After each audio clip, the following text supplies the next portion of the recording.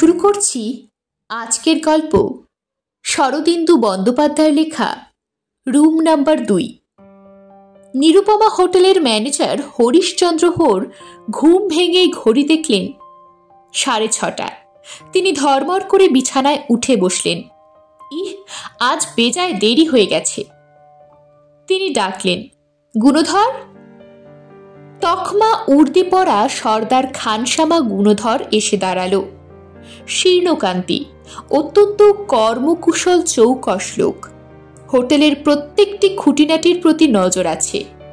হরিশচন্দ্র তাকে জিজ্ঞাসা করলেন, বেডটি দেওয়া হয়েছে? গুণধর বলল, আজ্ঞে, তেতলার সবাই চা নিয়েছেন, কেবল দোতলার 2 নম্বর ঘরে টোকা দিয়ে সাড়া পেলাম না। হরিশচন্দ্র বললেন, দোতলার 2 নম্বর, রাজকুমার বাবু। 15 মিনিট পরে আবার টোকা দিও। বাজারে কে গেছে? জেনারেলকে নিয়ে সরকার মশাই গেছেন। বেশ, আমার চা নিয়ে এসো।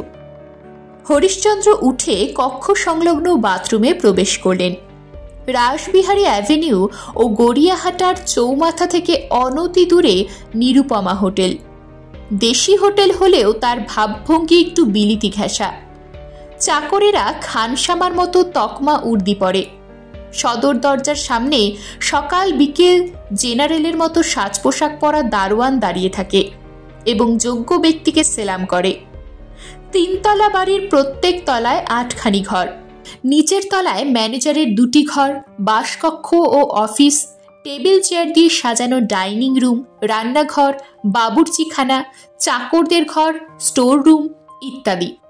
হোটেলে দেশি ও বিলেতি 2 রকমের খাদ্যই পাওয়া যায়, যার যেমন ইচ্ছা খেতে পারেন। হোটেলে থাকার মাসুল বিলিতি হোটেলের চেয়ে কম, কিন্তু সাধারণ দেশি হোটেলের চেয়ে বেশি।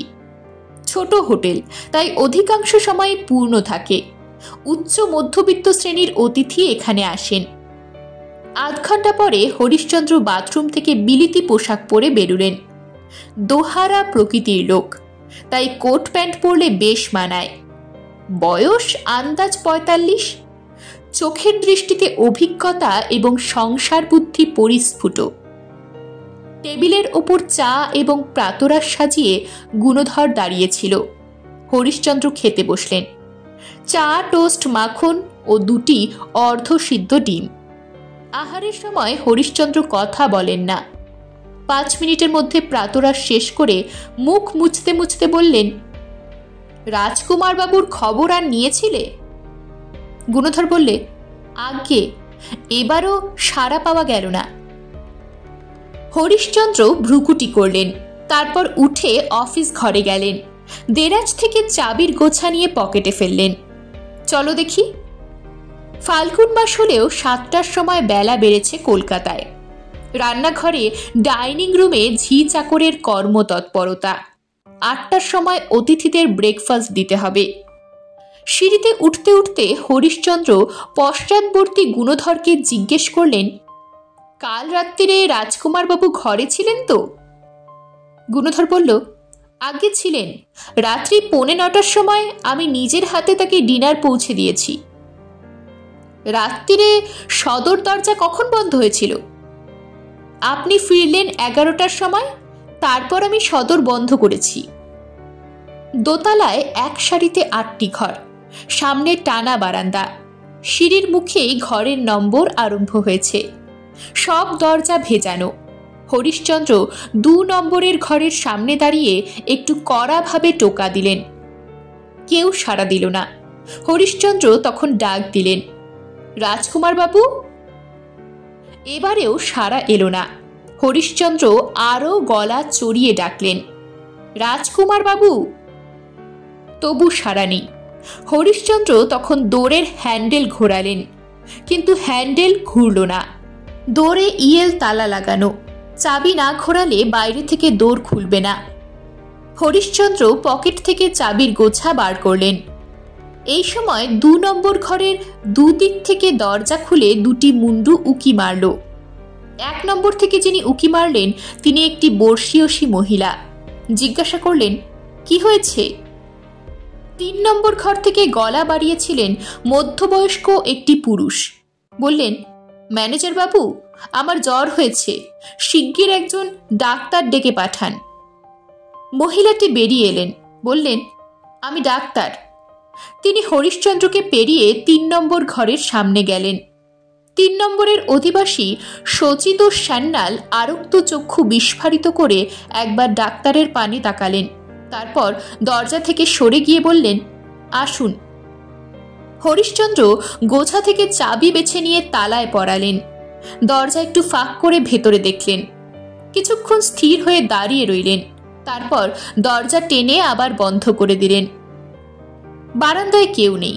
হরিশ্চন্দ্র এদিক ওদিক তাকিয়ে খাটো গলায় গুণধরকে বললেন, গুণধর, তুমি এখানে থাকো, কোথাও যেও না, আমি এখনই আসছি। তার কণ্ঠস্বর চাপা উত্তেজনায় শীতকারের মতো শোনালো। তিনি পা টিপে টিপে নিচে নেমে গেলেন। 3 নম্বর ঘরে মহিলা ডাক্তার শোভনা রায় রোগী সচিতোষ সান্যালকে বিছানায় শুয়ে তার টেম্পারেচার নিলেন, নাড়ি দেখলেন, জিভ পরীক্ষা করলেন, তারপর বললেন, কিছু নয়, সামান্য ঠান্ডা লেগেছে, 2 অ্যাসপিরিনের বড়ি খেয়ে শুয়ে থাকুন। সচিতোষ বললেন, জ্বর কত? 99। গায়ে যে ভীষণ ব্যথা। ও কিছু নয়, দৌড়াসার সময় হঠাৎ ঠান্ডা লেগে যায়, আমি অ্যাসপিরিনের বড়ি পাঠিয়ে দিচ্ছি। আপনার ফি কত? ফি দিতে হবে না।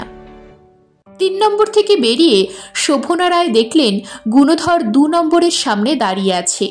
তিনি জিজ্ঞাসা করলেন, এ ঘরে কি হয়েছে? গুণধর কেবল মাথা নাড়ল। শোভনা রায় আর কোনো প্রশ্ন না করে নিজের ঘরে প্রবেশ করলেন। নিচে হরিশ্চন্দ্র তখন নিজের অফিস ঘর থেকে পুলিশকে ফোন করেছেন, শিগগির আসুন, খুন হয়েছে। গতরাত্রে ইন্সপেক্টর রাখাল সরকারের বাড়িতে সত্যান্বেষী ব্যোমকেশের নেমন্তন্ন ছিল। সরকার মশাই দক্ষিণ কলকাতার একটি থানার অধিকারী থানাদার। ব্যোমকেশরা যখন কেয়াতলায় জমি কিনে বাড়ি তৈরি করতে আরম্ভ করেছিল, তখন তার সঙ্গে পরিচয় হয়েছিল। পরিচয় ক্রমে বন্ধুত্বে পরিণত হল। সরকার মশাই পুলিশ হলেও অত্যন্ত মিশুকে এবং সহৃদয় ব্যক্তি। বয়সে ব্যোমকেশের চেয়ে কিছু ছোট, তাই বন্ধুত্বের সঙ্গে অনেকখানি সম্ভ্রম মেশানো ছিল। ব্যোমকেশের সঙ্গে অজিতও এসেছিল নেমন্তন্ন খেতে। গল্প স্বল্প চলল অনেক রাত পর্যন্ত। রাত বাড়ল, কিন্তু গল্প শেষ হলো না। খাওয়া দাওয়ার পর অজিত উঠি উঠি করছে দেখে রাখালবাবু বললেন, ব্যোমকেশদা, আপনি আজ রাতটা না হয় এখানেই থেকে যান, কাল সকালে একেবারে বাড়ির কাজ তদারক করে বাসায় ফিরবেন। ব্যোমকেশ বলল, মন্দ কথা নয় অজিত, তুমি আজ ফিরে যাও, আমি কাল কাজকর্ম দেখে ফিরব। অজিত চলে গেল। কলকাতা শহরে এ পাড়া থেকে ও পাড়া যাওয়া বিদেশ যাত্রার সমান। পরদিন সকালে 8:45টার সময় ব্যোমকেশ চা জলখাবার খেয়ে বেরুবার উপক্রম করছে, এমন সময় টেলিফোন বেজে উঠল। রাখালবাবু ফোন ধরে কিছুক্ষণ নিবিষ্ট মনে শুনলেন, 2-1টা কথা বললেন, তারপর ফোন রেখে দিয়ে ব্যোমকেশকে বললেন, থানা থেকে বলছিল, আমার এলাকায় একটা হোটেলে খুন হয়েছে, বেশ রহস্যময় ব্যাপার মনে হচ্ছে, আপনি যাবেন আমার সঙ্গে? ব্যোমকেশ বলল, রহস্যময় খুন? নিশ্চয়ই যাব। ইন্সপেক্টর রাখাল সরকার ব্যোমকেশকে নিয়ে যখন নিরুপমা হোটেলে পৌঁছলেন, তখন থানা থেকে 2জন সাব ইন্সপেক্টর সাঙ্গপাঙ্গ নিয়ে এসে হোটেল দখল করেছেন। সদর দরজায় একজন কনস্টেবল দাঁড়িয়ে আছে। হোটেলের লোককে হোটেলে রাখা হয়েছে, বাইরের লোককে বাইরে। রাখালবাবু হরিশ্চন্দ্রের অফিসে প্রবেশ করে দেখলেন পুলিশের ডাক্তার কালো ব্যাগ নিয়ে অপেক্ষা করছেন। রাখালবাবু বললেন, এই যে ডাক্তার এসে গেছেন দেখছি, আপনি হোটেলের ম্যানেজার? আগে হ্যাঁ। আপনি লাশ আবিষ্কার করেছেন? হ্যাঁ। ইন্সপেক্টর সরকার এবং ব্যোমকেশ বক্সি পাশাপাশি চেয়ারে বসলেন। রাখালবাবু বললেন, বেশ, আপনি কি জানেন সংক্ষেপে বলুন। আজ সকাল থেকে যা যা ঘটেছিল হরিশ্চন্দ্র বললেন। শুনে রাখালবাবু ব্যোমকেশের দিকে তাকালেন। ব্যোমকেশ একটু ঘাড় নাড়ল। রাখালবাবু তখন উঠে দাঁড়িয়ে বললেন, আপনি ঠিক কাজ করেছেন। চলুন ডাক্তার, এবার লাশ পরিদর্শন করা যাক। হরিশচন্দ্র আগে আগে সিঁড়ি দিয়ে দোতলায় চললেন, তার পেছনে রাখালবাবু, ব্যোমকেশ ও ডাক্তার। দোতলায় 2 নম্বর ঘরের সামনে গুণধরের বদলে একজন কনস্টেবল দাঁড়িয়ে আছে। হরিশচন্দ্র চাবি দিয়ে ঘর খুলে দিলেন। তখন ঘরের ভেতরটি দেখা গেল। ঠিক দরজার সামনে মেঝের ওপর একটি পুরুষের মৃতদেহ ডান দিকে কাত হয়ে পড়ে আছে, পরনে লুঙ্গি এবং গেঞ্জি। মুখখানা দেখে চমকে উঠতে হয়। কেউ যেন ধারালো ছুরি দিয়ে মুখখানাকে ফালা ফালা করে কেটেছে, তারপর অত্যন্ত অযত্ন ভরে আবার জোড়া দিয়েছে। কাটা দাগগুলো তাজা নয়, অনেক দিনের পুরনো। শুকনো ক্ষতের দাগ মুখখানাকে কদাকার করে দিয়েছে। মৃত্যুর কারণ কিন্তু অন্যত্র। গেঞ্জির বুকের ওপর খানিকটা রক্ত শুকিয়ে আছে। দোরের কাছ থেকে কিছুক্ষণ মৃতদেহ পরিদর্শন করে রাখালবাবু বললেন, ডাক্তার, আপনি আগে লাশ পরীক্ষা করুন। আপনার কাজ হয়ে গেলে আমরা ঘরে ঢুকব। ডাক্তার ঘরে প্রবেশ করলেন। বাকি 3 জন লাশের দিকে একদৃষ্টে তাকিয়ে দাঁড়িয়ে রইলেন। ব্যোমকেশ একবার আর চোখে হরিশচন্দ্রের মুখের পানে তাকালো, কিন্তু সেখানে ভয়ার্থী ছাড়া আর কিছুই দেখতে পেল না। কি ব্যাপার বলুন দেখি? আমাকে এখনই বেরোতে হবে, কিন্তু পুলিশ বেরোতে দিচ্ছে না, এর মানে কি? মহিলা কণ্ঠের উষ্ণ স্বর শুনে 3 জনে পিছু ফিরে তাকালেন। একটি মহিলা ক্রুব্ধ ভঙ্গিতে দাঁড়িয়ে আছেন দেখে রাখালবাবু প্রশ্ন করলেন, আপনি কে? হরিশচন্দ্র পরিচয় করিয়ে দিলেন। ইনি 1 নম্বর ঘরে থাকেন, ডক্টর মিসেস শোভনা রায়। রাখালবাবু মিনতির সুরে বললেন, দেখুন, এই ঘরে কাল রাত্রে এক ভদ্রলোক খুন হয়েছেন। এ হোটেলে যারা আছেন সকলকেই আমাদের জেরা করতে হবে। জেরা করার আগে কাউকে বাইরে যেতে দিতে পারি না, কিন্তু আপনি নিশ্চিন্ত থাকুন, সকলের আগে আমি আপনাকে জেরা করে ছেড়ে দেব। মহিলাটির মুখের ভাব বদলে গেল। তিনি শঙ্কিত চোখে চেয়ে বললেন, খুন হয়েছে? আমার পাশের ঘরে খুন হয়েছে? কখন? কে খুন করেছে? ইন্সপেক্টর মাথা নেড়ে বললেন, তা এখনো জানা যায়নি। আপনি নিজের ঘরে গিয়ে বসুন, আমরা এখনই আসছি।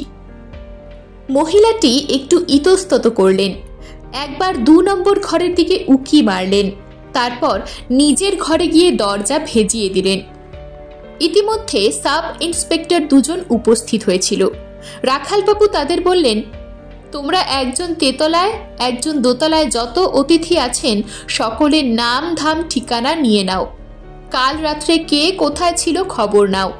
কেবল 1 নম্বর আর 3 নম্বর ঘরে তোমাদের যাবার দরকার নেই, ওদের আমি জেরা করব। সাব ইন্সপেক্টর 2 জন চলে গেল। 5 মিনিট পরে ডাক্তার ঘর থেকে বেরিয়ে এলেন। বললেন, এবার লাশ সরাতে পারেন। রাখালবাবু বললেন, কি দেখলেন? ডাক্তার উত্তর দিলেন, ছুরির আঘাতে মৃত্যু হয়েছে। ছুরি কিংবা ওই রকম কোনো সরু ধারালো অস্ত্র পাঁজরার ফাঁক দিয়ে একেবারে হৃদযন্ত্রে প্রবেশ করেছে।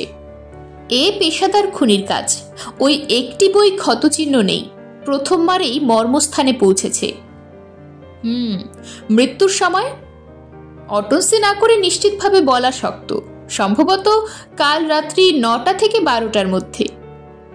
ব্যোমকেশ বলল, মুখের দাগগুলো কতদিনের পুরনো? 10-12 বছরের কম নয়। বয়স কত হবে? মুখ দেখে তো বোঝা যায় না। 40-এর আশেপাশে। আচ্ছা, এখন আমি চলি, তাড়াতাড়ি লাশ পাঠিয়ে দেবেন। আজই কাটব, কাল রিপোর্ট পাবেন। ডাক্তার চলে গেলেন। রাখালবাবু হরিশচন্দ্রকে বললেন, আপনি নিজের কাজে যান, অফিসেই থাকবেন, এই ঘরের চাবিটা আমায় দিন। আধ ঘন্টা পরে লাশ চালান করে দিয়ে রাখালবাবু ব্যোমকেশের পানে তাকালেন। ব্যোমকেশ 1 নম্বর ঘরের দিকে আঙ্গুল দেখালো। মহিলাটির সওয়াল জবাব আগে সেরে নিন, মহিলা এবং ডাক্তারের অধিকার আগে। ঠিক ঠিক, ওকে ছেড়ে দিয়ে তারপর এ ঘরটা দেখা যাবে। রাখালবাবু 2 নম্বরের দোরে চাবি দিয়ে বললেন, আসুন। 1 নম্বরের দোরে টোকা দিতেই দোর খুলে গেল। মহিলাটির মুখ অপ্রসন্ন। তার বেটে নিরেট গোছের শরীরটি আটোসাটো পোশাকের মধ্যে যেন অধীরতায় ফেটে পড়ার উপক্রম করছে। তিনি বললেন, যত শিগগির পারেন আমাকে ছেড়ে দিন দারোগা বাবু, আমার কাজের ক্ষতি হচ্ছে। 2-4টে প্রশ্ন করেই আপনাকে ছেড়ে দেব। রাখালবাবু খাতা পেন্সিল বার করে প্রশ্ন আরম্ভ করলেন। আপনার পুরো নাম? মিসেস শোভনা রায়। বয়স? 49। স্বামীর নাম? স্বর্গীয় রামরতন রায়। আপনি ডাক্তার, কোথায় ডাক্তারি করেন? বহরমপুরে। কলকাতায় এসেছেন কেন? আমি গাইনোকোলজিস্ট, প্রধানত স্ত্রীরোগের চিকিৎসা করি। সেবা সদনের সঙ্গে আমার যোগাযোগ আছে, মাঝে মাঝে আসি। কলকাতায় আপনার আত্মীয় স্বজন কেউ নেই? আমার কোথাও কেউ নেই। ছেলেপুলে? না, একটা মেয়ে ছিল, অনেকদিন মরে গেছে।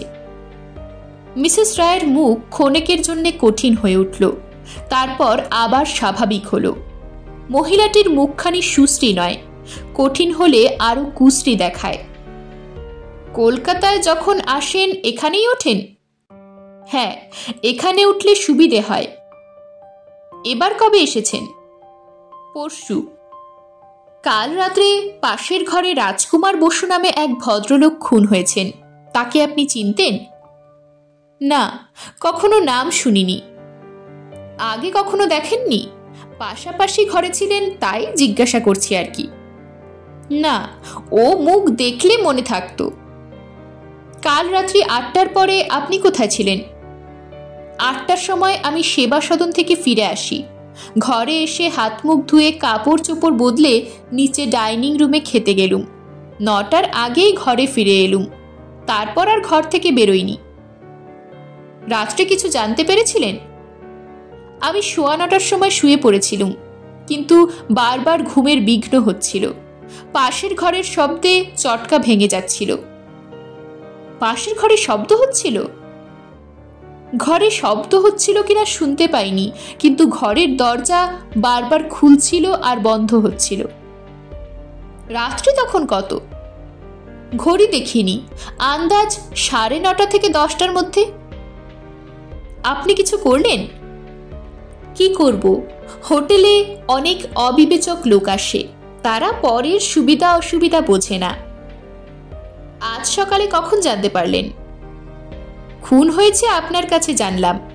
ভোরবেলা চাকর বেডটি দিয়ে গেল, তারপর আমি তৈরি হয়ে বেরোতে যাচ্ছি, নিচে ব্রেকফাস্ট খেয়ে কাজে যাব। এমন সময় পাশের ঘরে দৌড় ঠেলাঠেলি চেঁচামেচি শুনতে পেলুম। বেরিয়ে দেখলুম ম্যানেজার। জিজ্ঞেস করলুম কি হয়েছে, সে কিছু বলল না। তারপর 3 নম্বর ঘরে গেলাম। 3 নম্বর ঘরে গেলেন কেন? 3 নম্বরের ভদ্রলোকটির শরীর খারাপ হয়েছে, ডাক্তার খুঁজছিলেন, তাই তাকে দেখতে গিয়েছিলুম। তাকে আগে থাকতে চিনতেন বুঝি? দেখেছি, কিন্তু চেনা পরিচয় কিছু ছিল না, তার নামও জানি না। ও, কি হয়েছে ভদ্রলোকের? ঠান্ডা লেগে সামান্য জ্বর হয়েছে। রাখালবাবু ব্যোমকেশের পানে তাকালেন। ব্যোমকেশ মাথা নেড়ে জানালো আর কোনো প্রশ্ন নেই। রাখালবাবু শোভনা রায়কে বললেন, আপাতত আর কোনো প্রশ্ন নেই, আপনি কাজে যেতে পারেন, কিন্তু আমাদের না জানিয়ে কলকাতা ছাড়বেন না। শোভনা রায়ের মুখ বিরক্ত হয়ে উঠল। তিনি উত্তর না দিয়ে ব্যাগ হাতে উঠে দাঁড়ালেন। 2 নম্বর ঘরের দরজা খুলতে খুলতে রাখালবাবু বললেন, মহিলাটির মেজাজ একটু কড়া। ভয় পাননি, বোধহয় পুলিশের কার্যকলাপের সঙ্গে পরিচয় আছে। ডাক্তার তো। যা হোক, আসুন দেখা যাক ঘরের মধ্যে আততায়ী কোনো চিহ্ন রেখে গেছে কিনা। কনস্টেবল হাজরা, তুমি নিচে গিয়ে হেড অফিসে ফোন করো, যেন ফিঙ্গারপ্রিন্ট এক্সপার্টদের পাঠানো হয়। কনস্টেবল স্যালুট করে চলে গেল। রাখালবাবু ব্যোমকেশকে নিয়ে ঘরে ঢুকে দৌড় ভেজিয়ে দিলেন। ঘরটি আয়তনে 10 ফুট বাই 12 ফুট। একটি 1 হারা লোহার খাট, ছোট টেবিল এবং চেয়ার, দেয়ালে আয়না লাগানো, তার পাশে কাপড় রাখার আলনা। মাথার উপর ফ্যান। দুজনে ঘরের মাঝখানে দাঁড়িয়ে চারিদিকে দৃষ্টি ফেরালেন। রাখালবাবু বললেন, বিছানাটা দেখেছেন? দেখেছি। বিছানা এবং আলনা দুই দ্রষ্টব্য। বিছানা দেখে মনে হয় কাল রাত্রে রাজকুমার বসু বিছানায় শুয়েছিলেন। চাদর একটু কুঁচকে আছে, বালিশের ওপর মাথার দাগ। আলনায় একটি কোচানো ধুতি ও পাঞ্জাবি টাঙানো রয়েছে। রাখালবাবু বললেন, কি মনে হচ্ছে? মনে হচ্ছে কাল রাত্রে রাজকুমার বসু কাপড় পাঞ্জাবি ছেড়ে লুঙ্গি আর গেঞ্জি পরে শুয়েছিলেন। তারপর একসময় দৌড়ে টোকা পড়ল। রাজকুমার বিছানা থেকে উঠে যেই দৌড় খুলল, আততায়ী অমনি বাইরে থেকে তার বুকে ছুরি মারল। রাজকুমার পড়ে গেল, আর উঠল না। আততায়ী দরজা টেনে বন্ধ করে চলে গেল। আমার বিশ্বাস আততায়ী ঘরে ঢোকেনি। ফিঙ্গারপ্রিন্ট এক্সপার্ট রাজকুমার ছাড়া আর কারুর আঙ্গুলের ছাপ ঘরের মধ্যে পাবে না। দোরের হাতলে আততায়ীর আঙ্গুলের ছাপ হয়তো ছিল, কিন্তু এখন আর পাওয়া যাবে না। তার উপর আরও অনেক আঙ্গুলের ছাপ পড়েছে। রাখালবাবু বললেন, তা বটে, তবু অধিকন্তু ন দোষায়। আসুন ঘরটা তল্লাশ করে দেখা যাক। ব্যোমকেশ বলল, আপনি তল্লাশ করুন, আমি কোনো জিনিসে হাত দেব না, তাতে আঙ্গুলের ছাপ বেড়ে যাবে। বেশ, আপনি তাহলে দাঁড়িয়ে তদারক করুন। রাখালবাবু বিধিবদ্ধভাবে তল্লাশ আরম্ভ করলেন।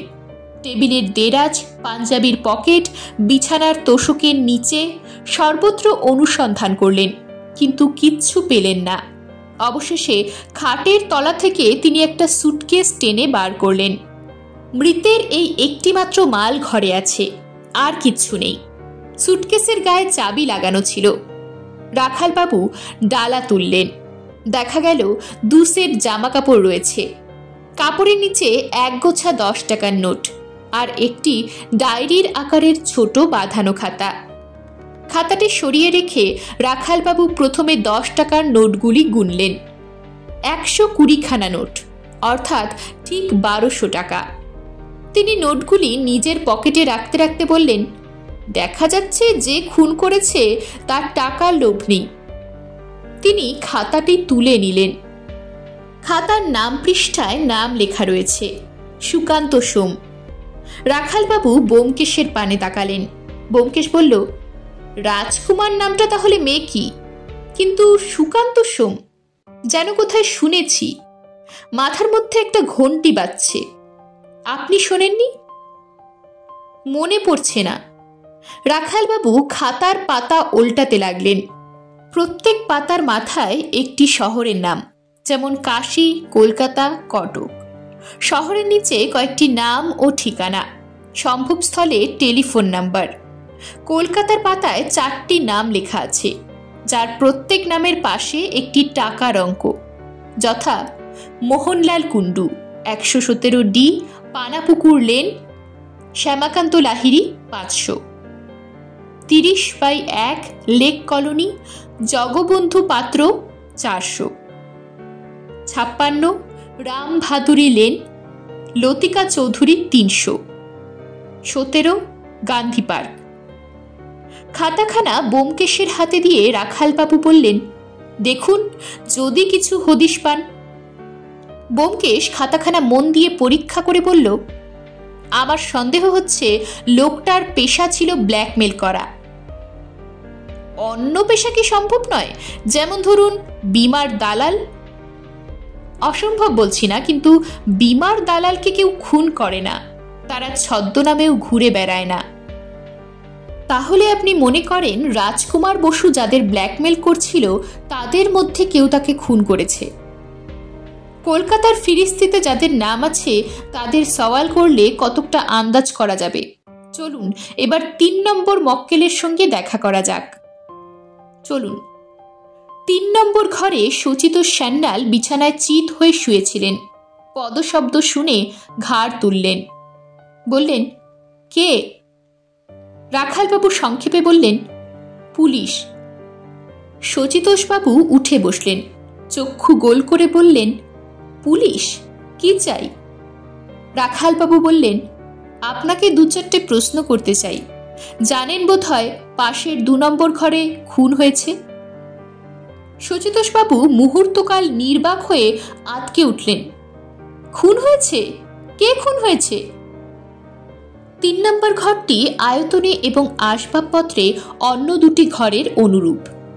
রাখালবাবু বিছানার ধারে বসলেন, ব্যোমকেশ চেয়ারে বসলেন। রাখালবাবু বললেন, 2 নম্বর ঘরে যিনি ছিলেন কাল রাতে তিনি খুন হয়েছেন, তার নাম রাজকুমার বসু। আপনি তাকে চিনতেন কি? রাজকুমার বোস? না, চিনতাম না। কে খুন করেছে তা এখনো জানা যায়নি। আপনার নাম কি? সচিতোষ সান্যাল। নিবাস? ভাগলপুর। আমার শরীর খারাপ, ডাক্তার শুয়ে থাকতে বলেছে। কোন ডাক্তার? মেয়ে ডাক্তার। ঠান্ডা লেগেছে, অ্যাসপিরিনের বড়ি খেয়ে শুয়ে থাকতে বলল। আচ্ছা, মেয়েরা কি ভালো ডাক্তার হয়? হতে বাধা নেই। ঠান্ডা লাগালেন কি করে? কাল সন্ধ্যের পর বেরিয়েছিলাম, গায়ে আলো আনছিল না, ঠান্ডা লেগে গেছে। রাত্রিরে ঘর থেকে বেরোননি? না, 9টার সময় ডাইনিং রুম থেকে খেয়ে এসে ঘরে ঢুকেছিলাম, আর বেরোইনি। ও কথা থাক, আপনি কবে কলকাতায় এসেছেন? 3 দিন হলো, আজ ফিরে যাবার কথা। কিন্তু আপনি কলকাতায় এসেছেন কেন? আমার ঘিয়ের ব্যবসা আছে, গাঙ্গুরামকে ঘি যোগান দিই, তাই মাঝে মাঝে আসতে হয়। আচ্ছা, ঠান্ডা লাগা থেকে তো নিউমোনিয়া হতে পারে। তা পারে, কিন্তু আপনার হবে না। আপনি বেশ তাগড়া আছেন। বয়স কত? 42। দেখতে তাগড়া বটে, কিন্তু আমার শরীর ভারী পলকা, একটুতেই রোগে ধরে। বেজায় খিদে পেয়েছে, কিছু খেলে রোগ বেড়ে যাবে না তো? গরম দুধ আর পাউরুটি খান। রাজকুমার বোসকে তাহলে চিনতেন না? না, কখনো নাম শুনিনি। ব্যোমকেশ বলল, সুকান্ত নামটা কখনো শুনেছেন? সচিতোষ বলল, সুকান্ত? না, আমার শালার নাম ছিল শ্রীকান্ত কুমার লাহিড়ী, মারা গেছে। রাখালবাবু প্রশ্ন করলেন, কাল রাত্রে আপনি পাশের ঘরে কোনো শব্দ শুনেছিলেন? শব্দ? না, এসেই শুয়ে পড়েছি, শুয়েই ঘুমিয়ে পড়েছি। বউ বলে আমি একবার ঘুমোলে ডাকাত পড়লেও ঘুম ভাঙে না। পাশের ঘরের লোকটাকে কি দিয়ে খুন করেছে? বন্দুক দিয়ে? না, ছুরি দিয়ে। রাখালবাবু উঠে পড়লেন।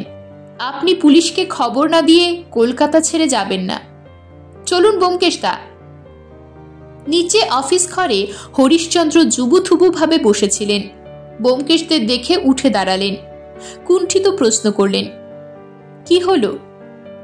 রাখালবাবু প্রশ্নের উত্তর না দিয়ে বললেন, এবার আপনাদের অর্থাৎ হোটেলের স্টাফের এজেহার নেব। আপনাকে দিয়েই আরম্ভ করি। বসুন। 3 জনে বসলেন। রাখালবাবু সওয়াল জবাব আরম্ভ করলেন। আপনার পুরো নাম? হরিশচন্দ্র হোর। আপনি হোটেলের ম্যানেজার, এখানেই থাকেন? হ্যাঁ। কতদিন আছেন?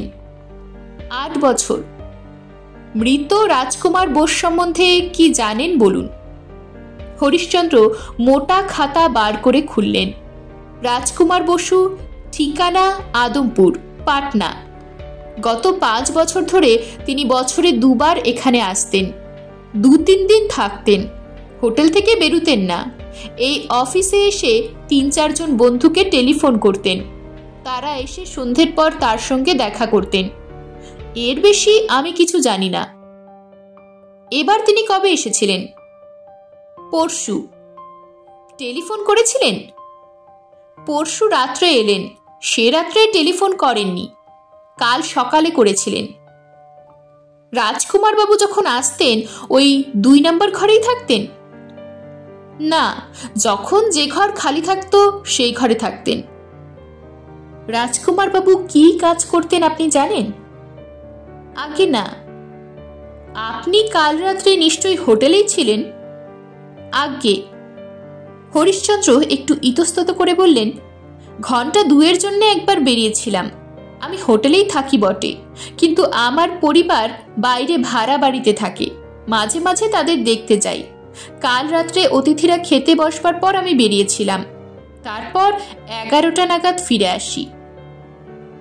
আপনার অবর্তমানে হোটেলের ইনচার্জ থাকে কে? সর্দার খানসামা গুণধর গুই। গুণধরকে একবার ডাকুন। গুণধরকে ডাকা হলো। সে এসে দাঁড়ালো। আবার প্রশ্নোত্তর আরম্ভ হলো। রাজকুমার বোস যিনি খুন হয়েছেন, তার সম্বন্ধে তুমি কি জানো? আগে বেশি কিছু জানি না। তিনি মাঝে মাঝে আসতেন, 2-3 দিন থেকে চলে যেতেন। তোমার সঙ্গে তার কোনো কথাবার্তা হতো না? আগে খুব কম, 5 ফরমাস করতেন, তার বেশি নয়। তার দেখাশোনা করতো কে? আগে আমি করতাম। সকালে বেডটি নিয়ে যেতাম, তারপর ব্রেকফাস্ট, লাঞ্চ, ডিনার সব আমিই পৌঁছে দিতাম। দোতলায় যারা থাকেন আমি তাদের দেখাশোনা করি।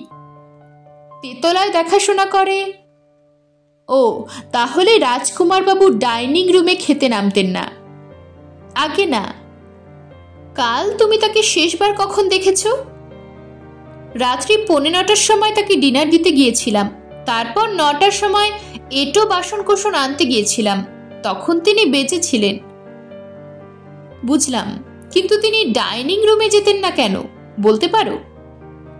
তা জানি না হুজুর, তবে বোধহয় তার মুখখানা কাটাকুটি হয়ে বড় হয়ে গিয়েছিল, তাই তিনি সহজে লোকের সামনে বেরুতেন না।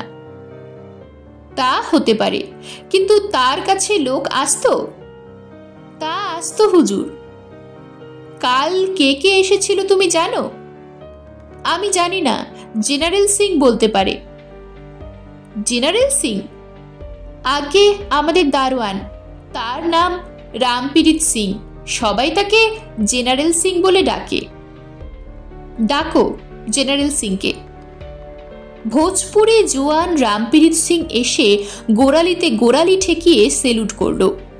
আখাম্বা চেহারা, জাদ্রেল পোশাক, ইয়াক গোফ। রাখালবাবু তার আপাদমস্তক নিরীক্ষণ করে বললেন, হ্যাঁ, জেনারেল বটে। তুমি হোটেলের সদরে পাহারা দাও?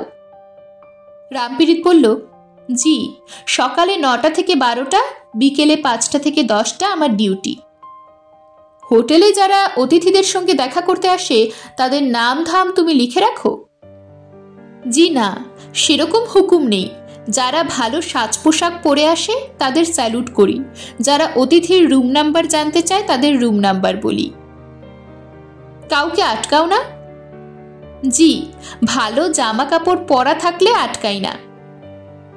আর যদি ছেঁড়া জামা কাপড় হয় তখন কটমট করে তাকাই। সাবাস, এবার বলো দেখি, কাল সন্ধ্যের পর দোতলার 2 নম্বর ঘরের বাবুর সঙ্গে কেউ দেখা করতে এসেছিল? জি এসেছিল, 2 জন মর্দ আর 1 জন অরাত। রাত্রি 9:15টার সময় এলেন অরাত। তিনি ঘরের নাম্বার জেনে নিয়ে দোতলায় গেলেন। 5 মিনিট পরে তিনি চলে গেলেন। তার বয়স কত? 20-25 হবে হুজুর। গড়ি, পাতলা, লম্বা চেহারা, চোখে চশমা ছিল। বেশ, তারপর? তারপর 9:30টার সময় এলেন এক মর্দ। তিনি ঘরের নম্বর নিয়ে উপরে গেলেন। 5 মিনিট পরে ফিরে চলে গেলেন। এর চেহারা দুবলা, মুছ দাড়ি আছে থোড়া থোড়া। তারপর 9:45টার সময় আর একজন মর্দ এলেন। মোটা তাজা শরীর, খাঁটি বাঙালি বাবু। তিনিও ওপরে গিয়ে 5 মিনিট ছিলেন। তারপর আমার ডিউটির মধ্যে আর কেউ আসেনি হুজুর। জেনারেল রামপ্রীত সিং এর চেহারা যত স্থূলই হোক, স্মৃতিশক্তি যে খুব তীক্ষ্ণ তাতে সন্দেহ নেই। রাখালবাবু খুশি হয়ে বললেন, বহুত আচ্ছা, তুমি এখন আরাম করো গিয়ে। জেনারেল জোড়া পায়ে স্যালুট করে চলে গেল। রাখালবাবু পকেট থেকে 1200 টাকার নোট বার করে হরিশ্চন্দ্রের হাতে দিলেন। বললেন, আপাতত এ টাকাটা আপনার কাছে রাখুন, মৃতের সুটকেসে পাওয়া গেছে।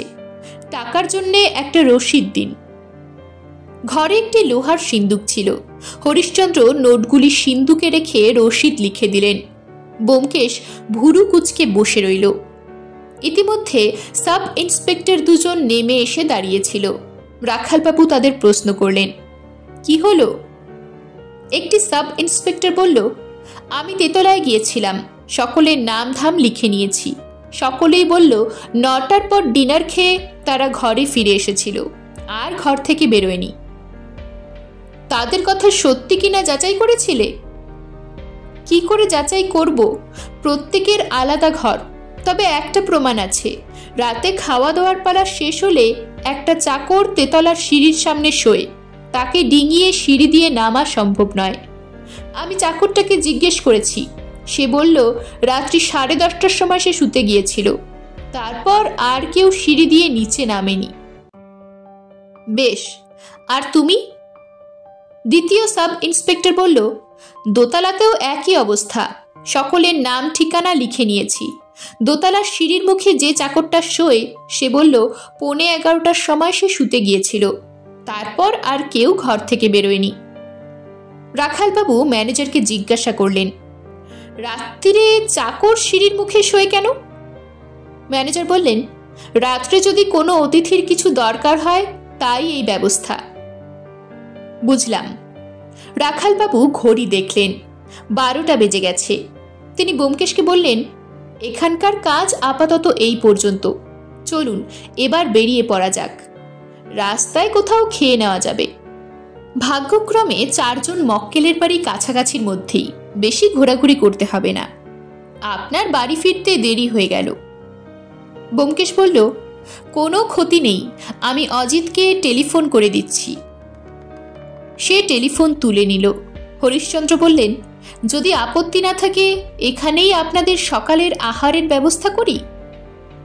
রাখালবাবু হেসে বললেন, খুব ভালো কথা। নিরুপমা হোটেলের রান্না ভালো। মধ্যাহ্নভোজন দেশি ও বিলাতি মতে সমাধা করে পুলিশের দল ডাইনিং রুম থেকে বেরুলেন, সঙ্গে ব্যোমকেশ। রাখালবাবু দ্বিতীয় সাব ইন্সপেক্টরকে বললেন, দত্ত, তুমি এখানে থাকো, এই নাও 2 নম্বর ঘরের চাবি। ফিঙ্গারপ্রিন্টের দল এখনই আসবে, তাদের ঘর খুলে দিও। আমি ঘোষকে নিয়ে বেরোচ্ছি। আসুন ব্যোমকেশ দা। 3 জন ফুটপাথে গিয়ে দাঁড়ালেন। রাখালবাবু পকেট থেকে খাতা বার করে বললেন, এ সময় কাউকে বাড়িতে পাবো কিনা বলা যায় না। যা হোক, চলুন আগে জগবন্ধু পাত্রকে দেখা যাক। ব্যোমকেশ বলল, একটা ট্যাক্সি ধরে 3 জনে উঠে বসলেন। ট্যাক্সি জগবন্ধু পাত্রের ঠিকানা লক্ষ্য করে ছুটল। রাখালবাবু বললেন, ব্যোমকেশ দা, আজ আপনি এমন চুপচাপ কেন? কিছু বলছেন না যে? ব্যোমকেশ বলল, এখন কেবল শুনে যাচ্ছি, বলা কওয়ার সময় এখনো আসেনি। সময়ে যেদিন আসিবে আপনি যাইব তোমার কুঞ্জে। জগবন্ধু থাকেন একটি তেতলা বাড়ির নিচের ফ্ল্যাটে। রাখালবাবু কড়া নাড়লেন। একটি লোক দৌড় খুলে দাঁড়ালো। ছাটা দাড়ি, কোলকুচো ধরনের চেহারা, বয়স আন্দাজ 40। রাখালবাবু বললেন, আপনার নাম জগবন্ধু পাত্র? হ্যাঁ। জগবন্ধু পুলিশের ইউনিফর্ম দেখে একটু সচকিত হয়ে বললেন, কি দরকার? নিরুপমা হোটেলে রাজকুমার বসু নামে এক ব্যক্তি খুন হয়েছেন। জগবন্ধু পাত্রের মুখে অকৃত্রিম বিস্ময় ফুটে উঠল। তিনি বলে উঠলেন, রাজকুমার খুন হয়েছে? হ্যাঁ, আপনাকে 2-1টা প্রশ্ন করতে চাই। আসুন। জগবন্ধু পাত্র একটি ঘরে নিয়ে গিয়ে তাদের বসালেন। বসুন, আমি এখনই আসছি। তিনি পাশের ঘরে চলে গেলেন। বসবার ঘরটি ছোট এবং নিরাভরণ। একটি টেবিল ও 3টি চেয়ার আছে। টেবিলের ওপর টেলিফোন। ব্যোমকেশ সিগারেট ধরিয়ে ঘরের এদিকে ওদিকে তাকাতে লাগলো, কিন্তু কোথাও গৃহস্বামীর চরিত্রের কোনো পরিচয় পেল না। 5 মিনিট কাটল, 10 মিনিট কাটল, জগবন্ধু পাত্রের দেখা নেই। রাখালবাবু তখন গলা চড়িয়ে ডাকলেন, জগবন্ধু বাবু, কিন্তু উত্তর এলো না। ব্যোমকেশ মুখ টিপে হাসল, বলল, মনে হচ্ছে জগবন্ধু পাত্র গৃহত্যাগ করেছেন। রাখালবাবু উত্তেজিত হয়ে বললেন, পালিয়েছে? এসো ঘোষ, বাড়ির ভেতরটা দেখা যাক, আসুন ব্যোমকেশ দা। ব্যোমকেশ কিন্তু গেল না। ঘোষকে নিয়ে রাখালবাবু ভেতরে গেলেন। দেখলেন কেউ নেই, খিড়কির দোর খোলা। রাখালবাবু ফিরে এসে বললেন, পাখি উড়েছে। ব্যোমকেশ ইতিমধ্যে টেবিলের দেরাজ খুলে একটা বাঁধানো খাতা বার করেছিল।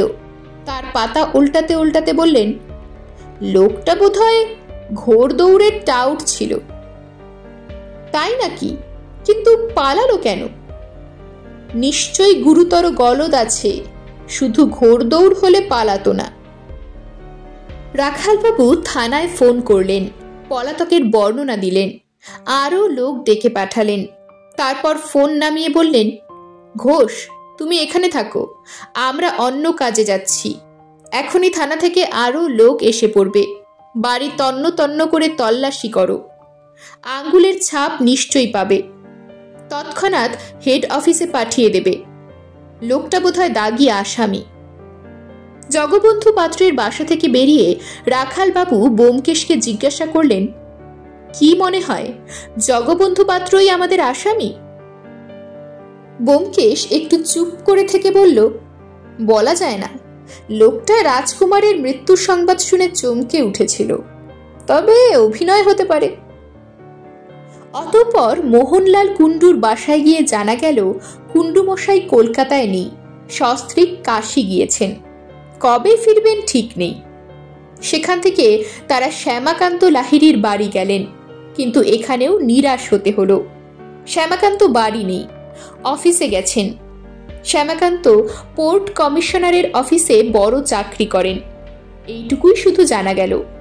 সন্ধ্যের আগে তাকে পাওয়া যাবে না। রাখালবাবু নিঃশ্বাস ফেলে বললেন, বাকি রইলেন শুধু লতিকা চৌধুরী। ইনি যখন মহিলা, তখন আশা করা যায় দুপুরবেলা একে বাসায় পাওয়া যাবে। শ্রীমতী চৌধুরী স্বতন্ত্র বাড়িতে থাকেন, ফ্ল্যাট নয়, ছোটখাটো বাড়িটি, বেশ পরিচ্ছন্ন। সামনে একফালি ফুলের বাগান। ঘণ্টি বাজাতেই একটি চশমা পরা মহিলা দোর খুলে বললেন, কাকে চাই? কর্তা বাড়ি নেই। তারপরই তার চকিত দৃষ্টি পড়ল রাখালবাবুর ইউনিফর্মের উপর। জেনারেল রামপিরিত যে বর্ণনা দিয়েছিল, মহিলাটির সঙ্গে তার মিল আছে, তবে বয়স 20-25 নয়, আরও বেশি। 30-32 বছর বয়সেও কিন্তু ছিমছাম গড়ন, এবং সুশ্রী মুখ থেকে যৌবনের রেশ সম্পূর্ণ মুছে যায়নি। রাখালবাবু বললেন, আপনার নাম শ্রীমতী লতিকা চৌধুরী? শ্রীমতী চৌধুরীর ঠোঁট হঠাৎ আলগা হয়ে গেল। তিনি স্খলিত স্বরে বললেন, হ্যাঁ, কি দরকার? রাখালবাবু বললেন, আপনাকে 2-4টে প্রশ্ন করতে চাই, আমি পুলিশের লোক। শঙ্কাশীর্ণ মুখে মিসেস চৌধুরী বললেন, আসুন। বসবার ঘরটি পরিপাটিভাবে সাজানো, নিচু চেয়ার, সোফা, সেন্টারপিস। দেয়ালে একটি মধ্যবয়স্ক পুরুষের আবক্ষ ফটোগ্রাফ টাঙানো রয়েছে। মুখখানা কঠোর, চোখের নির্মম দৃষ্টি দর্শককে সর্বত্র অনুসরণ করে বেড়াচ্ছে। এ ঘরে থাকলে ওই সন্ধানী দৃষ্টি এড়িয়ে যাবার উপায় নেই। ব্যোমকেশ ও রাখালবাবু পাশাপাশি সোফায় বসলেন। শ্রীমতী চৌধুরী একটি চেয়ারের কিনারায় বসে ভয়ার্ত চোখে তাদের পানে চাইলেন। আপনার স্বামীর নাম কি? তারাকুমার চৌধুরী। কি কাজ করেন? ইঞ্জিনিয়ার, রেলের ইঞ্জিনিয়ার। ছেলেপুলে? নেই, আমরা নিঃসন্তান। কাল রাত্রি 9:15 সময় আপনি নিরুপমা হোটেলে গিয়েছিলেন? শ্রীমতী চৌধুরীর চোখ দুটি চশমার ভেতরে বিস্ফারিত হলো। আমি? না না, আমি তো সিনেমা দেখতে গিয়েছিলুম। হোটেলের দারোয়ান আপনাকে কাল দেখেছে, সে আপনাকে শনাক্ত করতে পারবে। শ্রীমতী চৌধুরীর মুখ শুকিয়ে গেল। তিনি ঠোঁট চেটে বললেন, কিন্তু আমি সিনেমা দেখতে গিয়েছিলুম, আলেয়া সিনেমাতে। টিকিটের প্রতিপত্র দেখাতে পারি। আপনি সিনেমার টিকিট কিনেছিলেন ঠিকই, কিন্তু ছবি শেষ হবার আগেই নিরুপমা হোটেলে গিয়েছিলেন, রাজকুমার বোসের সঙ্গে দেখা করেছিলেন। রাজকুমারের নাম শুনে শ্রীমতী চৌধুরীর মুখ মরার মতো হয়ে গেল। তার ঠোঁট দুটো অস্ফুটভাবে নড়তে লাগলো। রাজকুমার বসু? তাকে তো আমি চিনি না। ব্যোমকেশ বন্দুকের গুলির মতো প্রশ্ন করল, সুকান্ত সোমকে চেনেন? শ্রীমতী চৌধুরী জালবদ্ধা হরিণীর মতো ব্যোমকেশের পানে চাইলেন, তারপর দু হাতে মুখ ঢেকে কেঁদে উঠলেন। ব্যোমকেশ নরম সুরে বলল, আমরা জানি রাজকুমার বোস আর সুকান্ত সোম একই ব্যক্তি। সে আপনাকে ব্ল্যাকমেল করছিল। কাল রাত্রি 9:15টার সময় সিনেমা ফেরত আপনি তাকে টাকা দিতে গিয়েছিলেন। এখন বাকি কথা সব বলুন, আপনার কোনো ভয় নেই। শ্রীমতী চৌধুরী কিছুক্ষণ ফোপালেন, তারপর চোখ মুছে মুখ তুললেন, ভাঙা ভাঙা গলায় বললেন, বলছি। কেন জানতে চান আপনারাই জানেন, কিন্তু দোহাই আপনাদের, আমার স্বামী যেন কিছু জানতে না পারে। ব্যোমকেশ দেয়ালের ছবির দিকে আঙ্গুল দেখিয়ে বলল, ইনি আপনার স্বামী? হ্যাঁ। কড়া প্রকৃতির লোক মনে হয়, কিন্তু আপনি নিশ্চিন্ত থাকুন, নিতান্ত প্রয়োজন না হলে আমরা কাউকে কিচ্ছু বলবো না। তারপর মিসেস চৌধুরী লজ্জানত চোখে দ্বিধাজড়িত কণ্ঠে যে কাহিনী বললেন তার সারাংশ এই। 12-13 বছর আগে শ্রীমতী চৌধুরী যখন কুমারী ছিলেন তখন তার প্রকৃতি ছিল অন্যরকম। তিনি নিজেকে সংস্কার মুক্তা অতি আধুনিকা মনে করতেন। বাপের বাড়িতে টাকা ছিল বেশি, শাসন ছিল কম। লতিকা চক্রবর্তী বন্ধু বান্ধবীর সঙ্গে হৈ হৈ করে সিনেমা থিয়েটার দেখে সময় কাটাতেন। সে সময় চিত্রজগতে সুকান্ত সোম নামে একজন হিরো ছিল, যেমন তার চেহারা তেমনি অভিনয়। লতিকা চক্রবর্তী তার প্রেমে পড়ে গেলেন। সাধারণ প্রেম নয়, একেবারে বাঁধন ছেঁড়া প্রেম। তিনি সুকান্ত কুমারকে প্রবল অনুরাগপূর্ণ চিঠি লিখতে আরম্ভ করলেন। তারপর লুকিয়ে লুকিয়ে দেখা হতে লাগলো।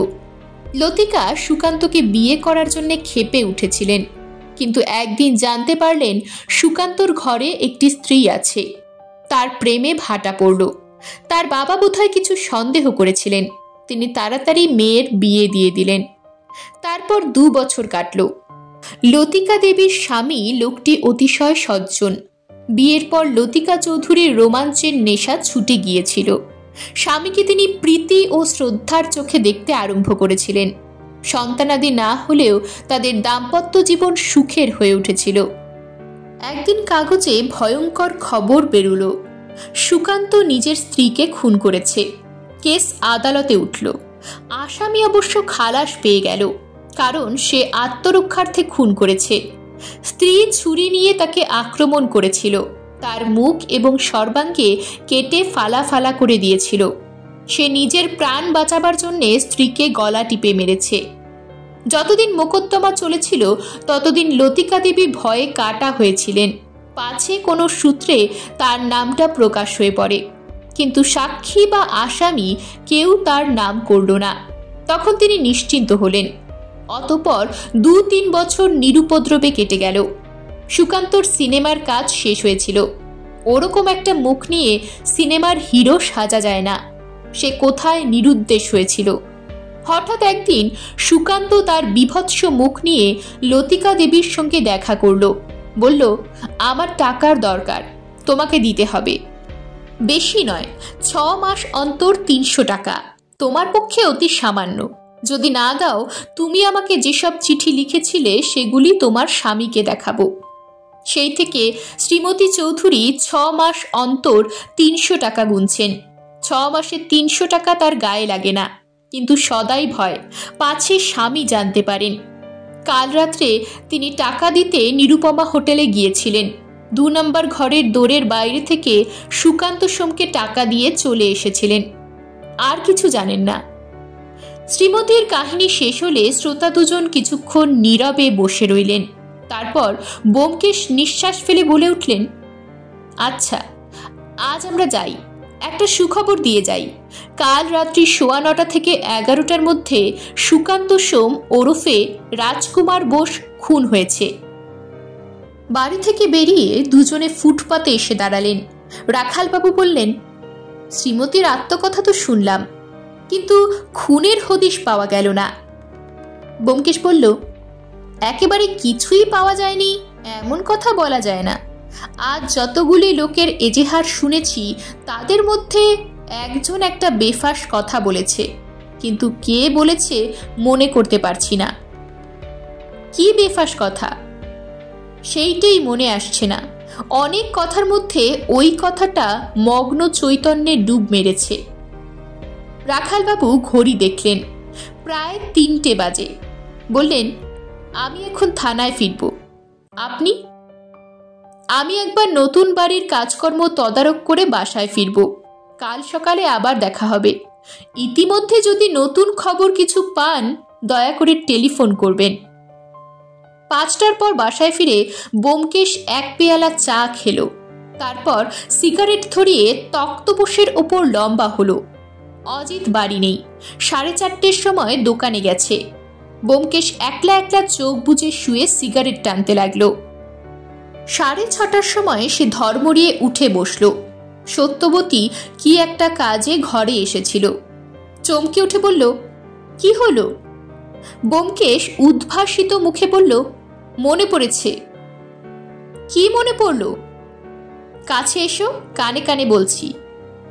কানে কানে কথা শুনে সত্যবতী হাসি মুখে ব্যোমকেশের বাহুতে একটি ছোট্ট চড় মারল।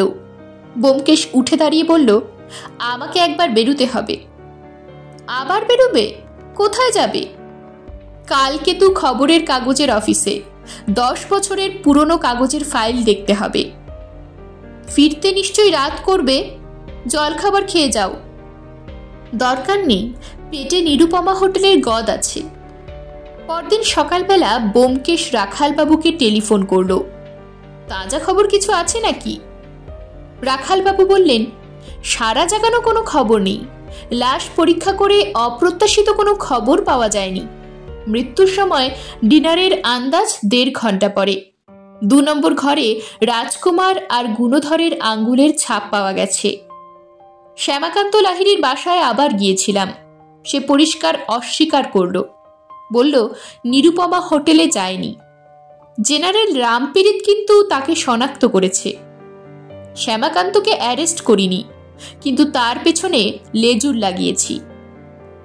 তারপর জগবন্ধু পাত্রের আসল নাম জানা গিয়েছে, ভগবান মোহান্তি। দাগী আসামি। মেদিনীপুরে একটা স্ত্রীলোককে খুন করে 14 বছর জেলে গিয়েছিল। তারপর জেল ভেঙে পালায়। কলকাতায় এসে ছদ্মনামে ঘোড়দৌড়ের দালালি করছিল। আর কিছু? লতিকা দেবীর স্বামী তারাকুমার চৌধুরী সম্বন্ধে খোঁজ খবর নিয়ে জানলাম তিনি সে রাত্রে 11টার পর বাড়ি ফিরেছিলেন, কিন্তু এতক্ষণ কোথায় ছিলেন জানা যাচ্ছে না। জানার দরকার নেই। হোটেলের খবর কি? হোটেলের অতিথিরা বড় অস্থির হয়ে উঠেছেন। ভাবছি আজ বিকেলবেলা তাদের ছেড়ে দেব। আপনি কিছু পেলেন? পেয়েছি। আমি এখনই নিরুপমা হোটেলে যাচ্ছি, আপনিও আসুন। 1 নম্বর ঘরের বন্ধ দরজার সামনে দাঁড়িয়ে রাখালবাবু ও ব্যোমকেশের মধ্যে দৃষ্টি বিনিময় হলো। রাখালবাবু দৌড়ে টোকা দিলেন। দৌড় খুলে গেল। মিসেস শোভনা রায় রাখালবাবুকে দেখে জ্বলে উঠলেন। এই যে, আপনি আর কতদিন আমাকে আটকে রাখবেন? আমার মতো একজন ডাক্তারকে এমনভাবে আটকে রাখা আইন বিরুদ্ধ, তা জানেন কি? রাখালবাবু বললেন, আমার বিরুদ্ধে আপনার যদি কোনো নালিশ থাকে আদালত আছে। আপাতত আপনাকে আমরা 2-4টে কথা বলতে চাই। দুজনে ঘরে প্রবেশ করলেন। ব্যোমকেশ চেয়ারে বসে বললেন, আপনাকে একটা গল্প শোনাতে চাই মিসেস রায়। মিসেস রায় আবার জ্বলে উঠলেন। রূঢ় কণ্ঠে বললেন, আপনি আবার কে? ঠাট্টা করছেন নাকি? রাখালবাবু বললেন, ইনি ব্যোমকেশ বক্সী, নাম তো শুনেই থাকবেন। ব্যোমকেশ বলল, ঠাট্টা করছি না, মোটেই ঠাট্টা করছি না, আপনি বসুন। ব্যোমকেশের নাম শুনে মিসেস রায় থিতিয়ে গিয়েছিলেন। খাটের ধারে বসলেন। রুক্ষ স্বর যথাসম্ভব নরম করে বললেন, কি বলবেন বলুন, আমি কিন্তু আজই বহরমপুর ফিরে যাব। ব্যোমকেশ বলল, সেটা ভবিষ্যতের কথা। গল্পটি খবরের কাগজে পড়লাম, সংক্ষেপে শোনাচ্ছি। সুকান্ত সোম একজন সিনেমা আর্টিস্ট ছিল। মিসেস রায়ের শরীর শক্ত হয়ে উঠল। তিনি অপলক চোখে ব্যোমকেশের পানে চেয়ে রইলেন। ব্যোমকেশ শুষ্ক স্বরে বলল, চেনেন দেখছি, চেনবারই কথা, সে আপনার জামাই ছিল।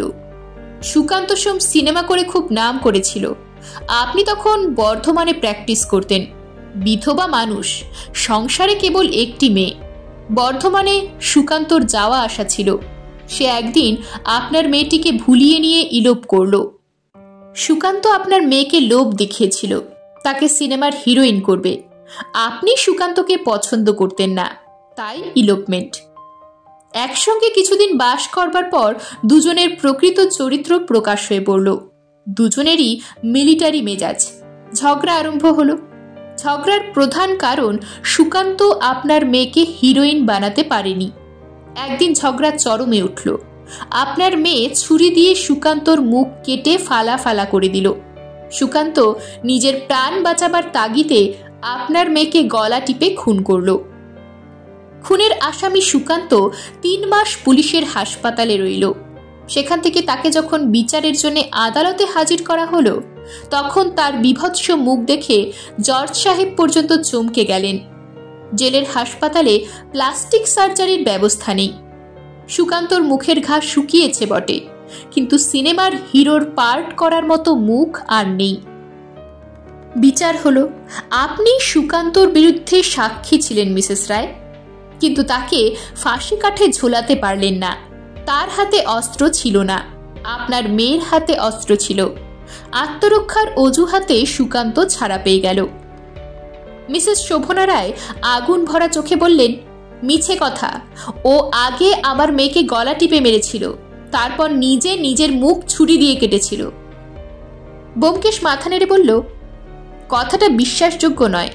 Sukanta cinema artist. সে কখনো নিজের মুখে ছুরি মেরে নিজের আখের নষ্ট করত না, নিজের গায়ে ছুরি মারত না। যা হোক, সুকান্ত খুনের দায় থেকে রেহাই পেল বটে, কিন্তু তার সিনেমা জীবন শেষ হয়ে গেল। সৎ পথে থেকে অন্য কোনো উপায়ে জীবিকা অর্জনের রাস্তা সে জানত না। সে কলকাতা থেকে পালিয়ে গিয়ে পাটনায় বাসা বাঁধল এবং ব্ল্যাকমেলের ব্যবসা শুরু করল। গত 10 বছরে কলকাতায়, কটকে, কাশীতে, দিল্লিতে তার অনেক খদ্দের জুটেছে। কারুর উপর সে অযথা উৎপীড়ন করে না। 6 মাস অন্তর এসে বাধা বরাদ্দ আদায় তহসিল করে, এই তার জীবিকা। সুকান্ত যখন আদায় তহসিলের জন্য কলকাতায় আসত, তখন এই নিরুপমা হোটেলেই থাকত। আপনি ইতিমধ্যে বর্ধমানের বাস তুলে দিয়ে বহরমপুরে গিয়ে প্র্যাকটিস শুরু করেছেন। আপনিও মাঝে মধ্যে এসে এই হোটেলে থাকেন, কিন্তু ঠিক একই সময়ে দুজনের আশা আগে ঘটেনি। আপনি সুকান্তকে এখানে দেখেননি। দৈবক্রমে এবার আপনি তাকে দেখতে পেলেন।